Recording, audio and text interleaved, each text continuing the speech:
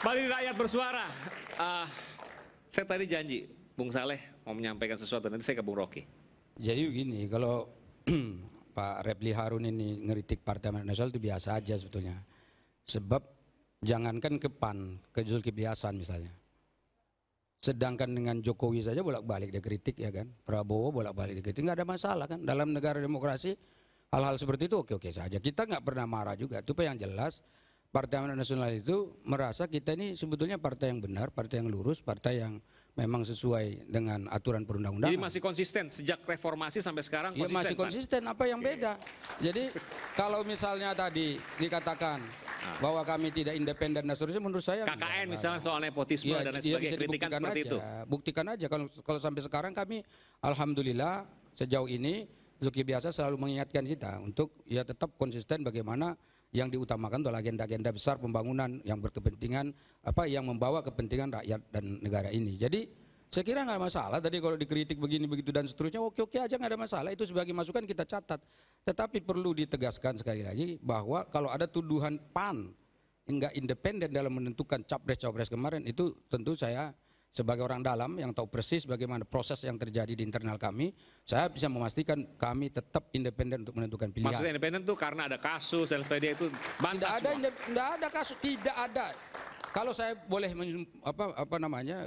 menyampaikan kepada publik bahwa sama sekali dalam penetapan itu tidak pernah terucap istilah-istilah kasus dan seterusnya. Tidak ada.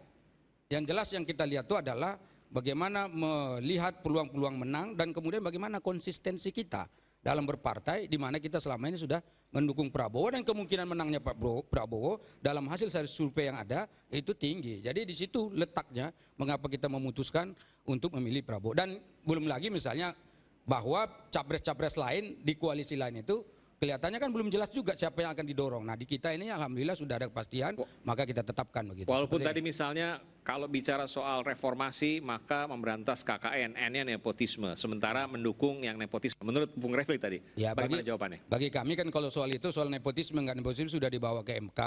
Walaupun ada putusan-putusan di MK, putusan 90 dan macam-macam yang di MK itu ya itu bagian daripada sejarah politik nasional kita. Dan itu ada landasan hukumnya dan sudah diuji lagi di Mahkamah Konstitusi. Kemarin waktu perselisihan hasil pemilihan umum juga sudah dibawa lagi ini, lalu hasilnya semua orang sudah tahu bahwa Mahkamah Konstitusi mengatakan tidak ada masalah di sana. Jadi kalau nggak ada masalah sudah legitimate bahwa itu sesuai dengan aturan perundang-undangan yang ada. Lalu kalau sudah ada masalah seperti itu, etika kan ada masalah tetap ya. Loh, iya itu kan sudah di MK, tapi persoalan bahwa dia sah atau tidak sah menjadi cawapres sudah diputuskan bahwa itu sah gitu. Nah lalu kalau misalnya sudah diputus gitu mau digoreng-goreng lagi bolak-balik ke situ ya nggak akan selesai. Kita sedang menatap ke depan seperti apa yang kita lakukan sehingga dengan demikian Pak Prabowo bisa menuntaskan dan menyempurnakan apa yang sudah diraih oleh Presiden Jokowi selama ini. Saya kira proses hukum maupun proses politik Pilpres semuanya sudah dilalui, penetapan oleh KPU hasil Pilpres itu sudah dilakukan, proses di MK juga sudah selesai, jadi semua sudah selesai mestinya. Jadi kita jangan terlalu lama larut di situ. Ini kalau kita larut di situ juga yang kita tidak sadar yang kita lakukan proses toksifikasi sebenarnya. Kita harus move on. Jadi maksudnya yang toksik itu yang kita harus masalahkan masa lalu. Bung Refli ini masalahkan masa lalu. Bang Gies masa lalu. Ya Pilpres sudah selesai. Itu toksik gitu kan? Presiden sudah ada, presiden terpilih, wakil presiden terpilih. Kita konsen saat ini untuk ke depan. Pemerintahan ke depan 2024-2029 Indonesia seperti apa. Bagaimana Pak Prabowo mewujudkan apa yang menjadi janji-janji politiknya. Termasuk sesuai dengan topik kita di tempat ini untuk membahas tentang toxic people. Ya, kita kembali ke laptop, toxic people. Apakah itu adalah kosakata yang negatif atau netral? Saya pribadi menilai itu kosakata yang netral. Bisa digunakan oleh siapa saja termasuk PLBP sebagai pejabat publik di ruang publik untuk mempresentasikan apa yang menjadi harapan beliau untuk Indonesia ke depan. Tentu ketika mempresentasikan itu bahwa ada pengetahuan rasional atau empirik yang dipandang penting untuk disampaikan kepada Pak Prabowo selaku presiden terpilih agar pemerintah ke depan itu tidak kembali mengulang atau meminimalisir proses toksifikasi karena adanya orang-orang toksik di pemerintahan. supaya pemerintahan ke depan betul-betul diisi oleh orang yang tepat di tempat yang tepat, itu yang kita harapkan. Jadi bukan diskursusnya atau polemiknya Pak LBP bisa ngomong itu atau tidak, ya Pak LBP bisa ngomong dong. Itu sah-sah saja, Pak LBP punya hak menyampaikan itu. Apakah itu, dan kata toxic people itu kata yang lazim, semua kawan-kawan mahasiswa yang di sini itu tidak perlu alat analisis yang canggih, tafsir atau hermeneutik untuk mendefinisikan apa itu toxic people. Semua tahu bahwa toxic people adalah hal-hal yang negatif termasuk dalam konteks kehidupan berbangsa bernegara. Ketika tadi sudah disampaikan oleh Bang Refli, ada orang yang menyalahgunakan kepentingan atau abuse of power untuk kepentingan peng-peng. Ya itu toxic dan banyak lagi. Pertanyaannya adalah apakah ini akan terus kita biarkan atau apakah ketika orang yang merupakan bagian dari sistem sekarang yang kita duga atau kita pandang bahwa ini adalah bagian daripada toksik itu sendiri, tidak boleh menyampaikan harapan agar tidak ada toksifikasi lagi atau terjadi detoksifikasi. Bisa dong. Kita harus optimis untuk itu. Karenanya menurut saya diskursus di ruang publik seperti ini, ketika topik ini diangkat oleh iNews, oleh Mas Aiman, ini menjadi yang disampaikan Bung Rocky Gerung tadi adalah proses tonik, bukan toksik, tonik untuk detoksifikasi. Bagaimana kita ke depan, pemerintahan ke depan ini bisa lebih optimis menjalankan apa yang menjadi cita-cita kita semua. Ini Bu Rocky belum ngomong loh toksik sama tonik nih. Tadi saya sempat menguping. Iya, tapi belum menjelaskan. Apakah definisi sama apa enggak kita nggak tahu nanti. Betul. Ya, yang pasti semua punya hak untuk memberikan tafsir. Terlepas dari apakah tafsir itu sesuai dengan yang dimaksud oleh yang mempresentasikan teks tersebut atau tidak, itu lain hal. Tetapi bahwa kita punya hak untuk memberikan tafsiran dan saya menafsirkan bahwa apa yang disampaikan oleh Pak LBP itu harapan baik untuk pemerintahan Pak Prabowo dan Mas Gibran ke depan.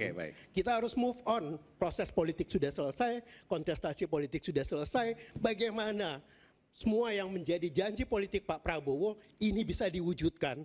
Karenanya diskursus seperti ini menjadi sangat relevan dan penting agar publik bisa terlibat, ada diskursus publik, ada kontrol publik. Jadi kita jangan sampai kembali hanya sekedar menerima janji-janji, terlena dengan janji, dan kita juga tidak pernah menuntut janji-janji itu dilaksanakan atau tidak. Kita terlena pada proses detoksifikasi massal. Ini yang, proses toksifikasi massal. Ini yang harus kita dobrak, kita lawan. Proses pendidikan politik seperti ini yang menjadi upaya detoksifikasi dan kita memberikan respon yang positif terhadap ini. Bung Rocky, sebelum ke Bung Rocky, nanti kan Bung Rocky ini yang lebih, saya dulu sedikit ya. Jadi apa yang saya mau nanya dari toksik sama tonik, tapi silakan ya sedikit apa aja. Yang disampaikan oleh Pak Luhut itu kan warning sebenarnya, ya kan, harus lebih hati-hati. Hanya pejabat-pejabat kita ini sering sekali mengeluarkan statement tapi nggak punya argumentasi. Ini yang membuat lemah. Sehingga kita berdebat di sini, apa sih yang dimaksudkan dengan toksik? Nah, nanti mungkin Rocky akan membuat tafsir yang komprehensif ya tentang masalah ini kan gitu. Ya. Nah, jadi misalnya begini, saya ambil contoh, kita berdebat tadi. Kita perlu 40 menteri, 43 menteri. Harusnya jangan statement dulu. Kamu analisis dulu 35 selama ini efektif atau tidak? 34. Di mana kelemahannya? Ya kan? Gitu. Satu hal lagi yang lebih aneh menurut saya, ini kritik saya juga kepada Pak Prabowo misalnya. Kita mau membuat presidential club. Ini bagaimana presidennya sendiri, mantan-mantan presiden ini saling nggak cocok. Nanti presiden klub ini nggak ada Megawati, ya bagaimana? Iya kan? Harusnya upaya yang dilakukan adalah approach dulu Megawati mau nggak gabung, ya kan? Bagaimana selesaikan persoalan Megawati dengan SBY, Megawati dengan Jokowi misalnya. Nah itu baru kita nanti, oke, kita udah sepakat nih, maka kita akan membuat presidensial club. Ini enggak presiden club, tapi masih berantakan. Nah ini nggak boleh mimpin negara seperti ini. Terima kasih Bung Iman. Oke. Saya harus beri, tapi saya berikan kesempatan Bung Rocky karena tadi udah ketunda. Silakan Bung Rocky. Apa maksud Anda mengatakan toxic tonic? Saya nggak tahu kenapa ada istilah itu akhirnya muncul tuh. Karena Toxic biasanya ada tonik yang namanya potion number 9. Tonik. Iya, tonik. Tonik itu penguat. Iya, parfum juga. Oke. Ada parfum namanya potion number 9. Wanginya strawberry itu. Oke. Apa masalahnya? Toxic tonik. Jangan masuk orang toksik, jangan jadi menteri. Oke. Bagi PAN, Jokowi itu adalah tonik itu, penguat. Tapi bagi PDIP dia toksik. Jadi PAN menampung racun yang udah dibuang oleh PDIP itu, namanya Jokowi. Logiknya begitu. Saya lanjutkan ya. Apa yang kita pertengkarkan adalah kepentingan pragmatis dari partai. Tadi Saleh PAN menyatakan secara implisit tetapi dengan akibat eksplisit bahwa PAN memilih Jokowi karena dalam survei Jokowi potensial menang. Right? Sorry. Prabowo potensial menang itu. Partai itu teguh pada ideologi itu, teguh pada keputusan lembaga tertingginya. Bayangkan misalnya, semua partai akhirnya berpikir begitu tuh. Siapa yang akan menang, maka partai mengikuti. Yang akan menjadi partai tidak didikte oleh hasil muktamar, tapi didikte oleh hasil survei. Itu toksik maksimal tuh. Dan cuma orang dungu yang mau didikte oleh orang luar. Padahal dia sendiri punya positioning di dalam politik. Itu yang saya mau terangkan. Partai itu dasar hidupnya adalah ideologi. Bukan hasil survei. Coba bayangin misalnya. Apa yang terjadi di kita tuh? Jadi sebetulnya dari awal toksik ini disebabkan karena partai tidak punya fondasi ideologi itu. Kami partai kecil, karena itu kami ikut partai besar. Lalu buat apa bikin partai? Partai itu bukan soal kecil atau besar, tapi keyakinan pada ideologi itu. PAN punya keyakinan untuk menuntun negeri ini secara intelektual. Awal 98 saya bolak-balik dari LBH pergi ke tempat Bu Tuti itu buat bikin aktif kan yang namanya MARA, Majelis Amanat Rakyat. Kemudian jadi apa lagi itu? Berevolusi akhirnya jadi PAN. Kita kumpulkan energi intelektual itu untuk membackup PAN. Jadi kalau saya kasih kritik pada PAN, ya udah itu partai yang membusuk dari dalam karena kekurangan energi intelektual lalu pergi pada energi surveyor. Ya, tapi saya mau Oke, nanti saya lanjut. Silakan. Sebentar, sedikit aja. Jadi kalau memang PAN itu katakanlah toksik karena hasil survei, sebetulnya nggak tepat, kurang tepat, sebab pada pemilu sebelumnya itu surveinya Jokowi lebih tinggi, Pak. Sebagai presiden ya. Ikut Pak Prabowo waktu itu. Iya. Jadi sebagai presiden surveinya paling tinggi. Itu 2000. Tapi pada waktu pemilu 2019. Saya tidak persoalkan itu. Tapi kita tetap milihnya siapa? Pak Prabowo. Artinya bukan karena survei yang katakan kita toksik dengan survei bahwa ini pasti enggak. Tetap ada nilai-nilai yang kita bawa di sana, yang kita merasa bahwa nilai-nilai itu pada waktu itu ada dengan Pak Prabowo. Begitu loh, Bang Rocky. Karena itu hati-hati bicara. Coba rewind 12 menit yang lalu tuh. Enggak, tapi memang begitu adanya. Ini adanya begitu. Jadi saya mengatakan ini hanya untuk meluruskan saja bahwa kalaupun yang terakhir ini hasil surveinya Pak Prabowo lebih tinggi, katakan seperti itu, bukan hanya itu saja ansih ya jadi alasan kita, tapi kan ada alasan-alasan sebelumnya. Gitu loh. Pertanyaan saya, kenapa yang bukan ansih itu justru yang Anda pilih? Kenapa bukan yang ansih itu? Jadi begini. Kedekatan kami dengan Pak Prabowo itu minimal selama 15 tahun ini. Nah, ini kan mau saya jawab kan. Jadi selama 15 tahun terakhir ini kedekatan kita dengan Pak Prabowo bukan hanya kedekatan katakanlah hubungan antar relasional ketua umum dan juga antar partai, tapi dari pola pikir dan juga gerakan di DPR itu hampir banyak yang sama pola pikirnya. Dan karena itu kita tidak pernah ada merasa Whatever is in the air is in your lungs. Strengthen your immune system with one. Politik yang ada dan seterusnya. Ada banyak pertimbangan lah yang menurut saya yang menyebabkan ada putusan seperti itu. Begitu Bang Rocky. Pertanyaan saya sederhana. Kalau pola pikirnya sama, kalau raport kedekatannya sama, dan ternyata hasil surveinya sedikit, apa kapan mau pilih?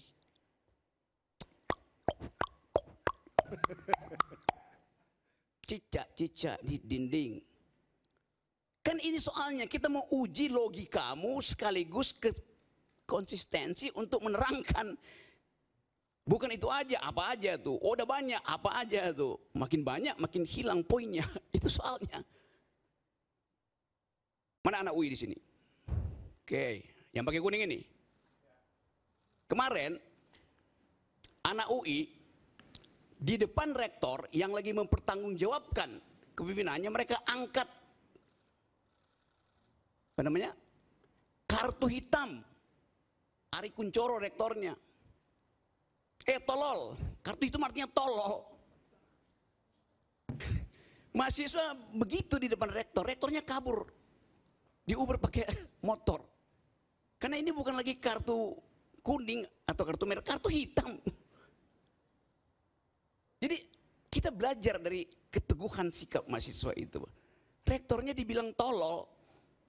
Dibilang tidak mampu menyelesaikan. Seperti itu kan? Ya? Tidak ngomong seperti itu, hanya ngangkat kartu hitam. Terus? Tidak bicara seperti itu. Iya. Setelah diwawancara dia bilang apa? Saya nggak menyaksikan tapi Ya karena itu saksikan. Nggak, artinya saya mau tanya, menyampaikan seperti itu. Saya tanya kepada Bahkan kalau dibilang tolol itu ekspresi verbal, ini simbolik tadi secara hermeneutik, dia angkat kartu hitam. Ditanya apa itu kartu hitam? Lebih dari kartu merah. Ya itu artinya tolol, goblok, dongok rektornya tuh. Kan masih mau bilang itu, ini rektor bodoh, dongok itu. Akibatnya apa? Rektornya nggak mau bicara, dia kabur. Coba, yuk bayangin psikologi itu coba. Nggak, saya harus adil juga. Ini kan asumsi Bung Rocky. Saya nggak tahu kejadian itu, tapi apakah menyampaikan seperti kata-kata yang disampaikan Bung Rocky? Tapi jangan diulangi lagi karena ini ditonton oleh yang lain juga. Saya menerangkan itu sebagai, oke, kalau begitu saya ganti ya. Mereka angkat kartu hitam. Oke. Itu artinya kartu pujian. Itu artinya kartu mengeluk-elukkan.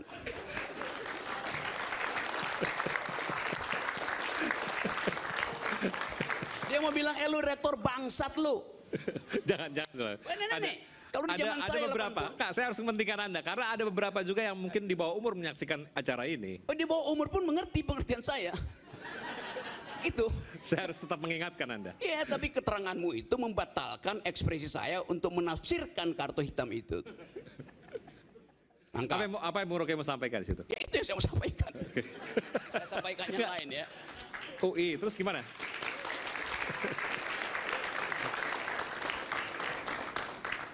Saya sampaikan itu, kan itu tradisi UI. Saya lulus dan mengajar di situ. Jadi saya tahu maksudnya tuh. Begitu juga kalau Aiman pada satu waktu nanti pakai jaket kuning. Anda akan di-brief dengan, iya. We are the yellow jackets. We are fighting for the clean government. Itu temanya begitu. Ini dari puluhan tahun begitu, dari Orde Baru itu temanya. Oke. Jadi bikin bandingan nanti. Kejujuran berpolitik dari mahasiswa dibanding kejujuran berpolitik dari Partai Amanat saya nggak usah sebut. Nah. Itu dasarnya. Secara kategoris, politik itu ada distingsi ideologis. Ada problem di situ. Saya berteman dengan Zulhas, nggak ada soal. Separuh dari DPP saya kenal tuh. Tetapi itu tidak boleh menghalangi saya untuk mengucapkan dengan pakai kata kritik. Itu kata yang dangkal sekarang. Kemaksiatan dari sebuah partai. Tapi saya melihat ini. Bentar. Saya melihat Bung Rocky ini jauh lebih lepas sekarang karena menang di pengadilan. Bung Rocky ya sempat digugat tidak boleh bicara dimanapun. Dan itu kemudian dibatalkan oleh hakim. Dan hasilnya kita lihat betapa liar luar biasa malam ini. Kita kembali saat lagi di Rakyat Bersuara. Nanti saya berikan kesempatan. Tapi itu gugatan tolol. Saya masih